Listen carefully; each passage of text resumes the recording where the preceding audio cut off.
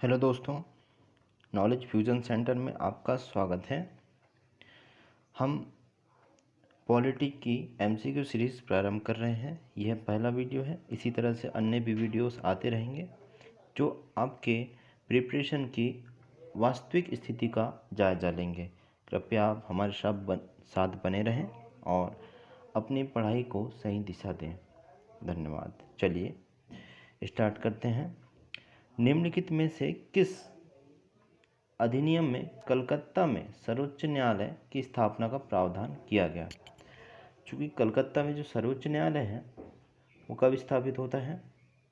1774 में सर्वोच्च न्यायालय की स्थापना होती है, जिसके पहले न्यायाधीश कौन होते हैं? मुख्य न्यायाधीश सर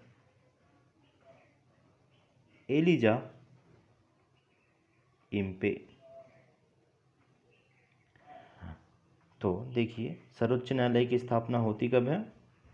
1774 में होती है। सर एलिजा इम्पे इसके पहले मुख्य न्यायाधीश बनते हैं और इसका सही आंसर होगा रेगुलेटिंग एक्ट 1773 के अंतर्गत कलकत्ता में, कहाँ पर? कलकत्ता में सर्वोच्च न्यायालय की स्थापना का प्रावधान किया गया था। चलिए नेक्स्ट क्वेश्चन पर चलते हैं। सर्वोच्च न्यायालय की स्थापना के संबंध में निम्नलिखित में से कौन से कथन सही हैं? देखिए, जब भी आप प्रश्न पूछते हैं तो यह अंतिम में सही पूछ रहा है या सही नहीं पूछ रहा है, इस चीज़ पर विशेष तौर से ध्यान दें और प्रश्न को हल करें। क्योंकि जब इस तरह के ऑप्शन होते हैं तो हमें प्रश्न सही बनने के बावजूद भी सिर्फ एक शब्द नहीं ना देखने की वजह से हमारे प्रश्न में गलती हो जाती है और हमारे 1 से 2 नंबर यहाँ इस तरह से गलत हो जाते हैं, चूक जाते हैं, जिससे हमें एक विशेष रैंकिंग नहीं मिल पाती या सिलेक्शन में हमारी देरी हो जाती है। ठीक है, चलिए इसे पढ़ते हैं। कोलकाता में सर्वोच्च न्यायालय की स्थापना 1773 के रेगुलेटिंग एक्ट के द्वारा की गई थी। बिल्कुल सही है, जस्ट हमने इससे पहले इसे देखा। लेमेस्टर इस न्यायालय के मुख्य न्यायाधीश थे। हमने इससे पहले ही देखा क्या? सर एलिजा एम्पे क्या थे? इसके मुख्य न्यायाधीश थे। तो यहाँ पे कौन सा ऑप्शन सही होगा? ऑप्शन ए केवल एक सही है, ऑप्शन बी केवल 2 सही है, ऑप्शन सी केवल 1 और 2 सही है, ना तो 1 और ना ही 2। तो यहाँ सही आंसर होगा ऑप्शन ए केवल 1 सही है। ये क्या हो गया? गलत हो गया। चलिए आगे बढ़ते हैं। सूची 1 एवं सूची 2 दी गई है यहाँ पर, इसे हमें क्या करना है? सही मिलाना है। ठीक है, तो देखिए सबसे पहले इसे आप देख लीजिए, चारों ऑप्शन पढ़ लीजिए, दोनों तरफ क्या दिया है, इसे मिलाना है। और उसके साथ साथ आपको इस चीज़ पे विशेष तौर से ध्यान देना है कि इनमें से क्या हमें एक भी कोई पता है? चलो देखते हैं। नियंत्रक परिषद की स्थापना, सर्वोच्च न्यायालय की स्थापना कहाँ की गई, कब की गई है? नियामक अधिनियम 1773 में। तो फर्स्ट का नहीं, बी का फर्स्ट कहाँ दिया गया? यहाँ दिया गया। फोर्थ ऑप्शन नहीं दिखा रहा है यहाँ, तो ये ऑप्शन सही हो सकता है हमारा। ठीक है, अब देखते हैं और आगे। इंग्लिश मिशनरियों को भारत में कार्य करने की अनुमति कब मिली थी? और गवर्नर जनरल के परिषद में कानूनी सदस्य कौन नियुक्त किया गया था? बताइए। कानूनी सदस्य लॉर्ड मैकाले का चयन हुआ था कब? 1834 में। तो ये किस अधिनियम के अंतर्गत आया था? Charter act 1873। तो इसका क्या हो जाएगा? 4 हो जाएगा, इसका एक फर्स्ट हो जाएगा। इंग्लिश मिशनरियों को भारत में कार्य करने की अनुमति कब दी गई थी? सी का थर्ड ही होगा, 1813 में। चार्टर एक्ट अधिनियम 1813 में दी गई थी और ये फर्स्ट का सेकंड हो जाएगा। पिट्स इंडिया एक्ट, नियंत्रण परिषद की स्थापना की गई। इस तरह से 2, 1, 3, 4 इसका सही आंसर हो जाएगा, बी ऑप्शन। ठीक, आगे बढ़ते हैं।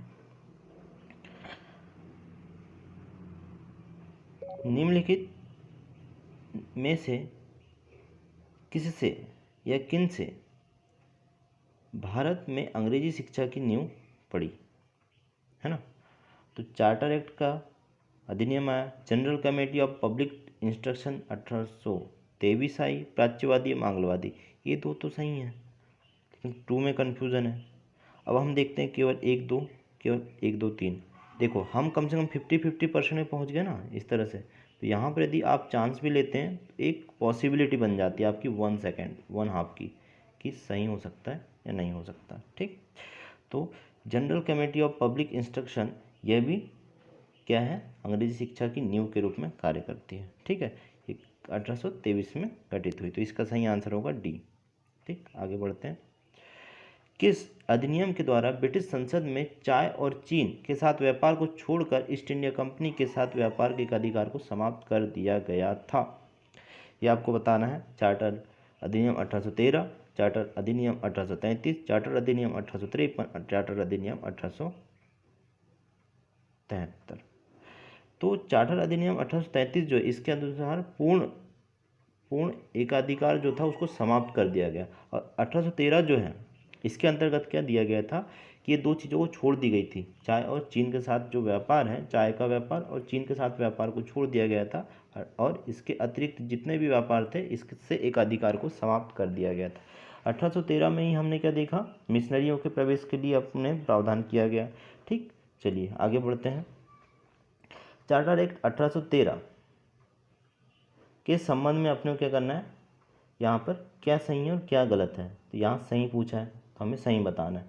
इसने भारत के ईस्ट इंडिया कंपनी के व्यापार के एकाधिकार को चाय का व्यापार तथा चीन के साथ व्यापार को छोड़कर समाप्त कर दिया था। बिल्कुल सही है, इसे हमने जस्ट इससे पहले देखा।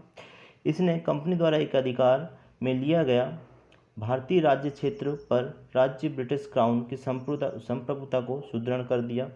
बिल्कुल सही बात है। इससे क्या हुआ था कि ब्रिटिश जो क्राउन है, मतलब कहीं ना कहीं ब्रिटिश ईस्ट इंडिया कंपनी जो है उसके हस्तक्षेप में इन्होंने क्या किया, प्रभाव डाला था। ठीक, थर्ड ऑप्शन क्या है, भारत का राजस्व अब ब्रिटिश संसद के नियंत्रण में आ गया। नहीं, ये गलत है। भारत का राजस्व जो है ब्रिटिश संसद के नियंत्रण में कब आता है, 1858 में, जब वायसराय की नियुक्ति हो जाती है। ब्रिटिश ईस्ट इंडिया कंपनी अर्थात भारत का जो शासन है वो सीधे सीधे किसी ब्रिटिश क्राउन के अंतर्गत आ जाता है। ठीक है, तो यहाँ ऑप्शन कौन सा सही होगा, 1 और 2 सही होंगे, अर्थात ए ऑप्शन सही होगा। हमने क्या पूछा है, हमसे इन्हें ए ही पूछा है, और ये IAS प्री 2019 का पूछा गया क्वेश्चन है। ठीक है, चलिए आगे बढ़ते हैं। किस अधिनियम में भारतवासियों को अपने देश के प्रशासन में कुछ हिस्सा लेने संभव बनाया?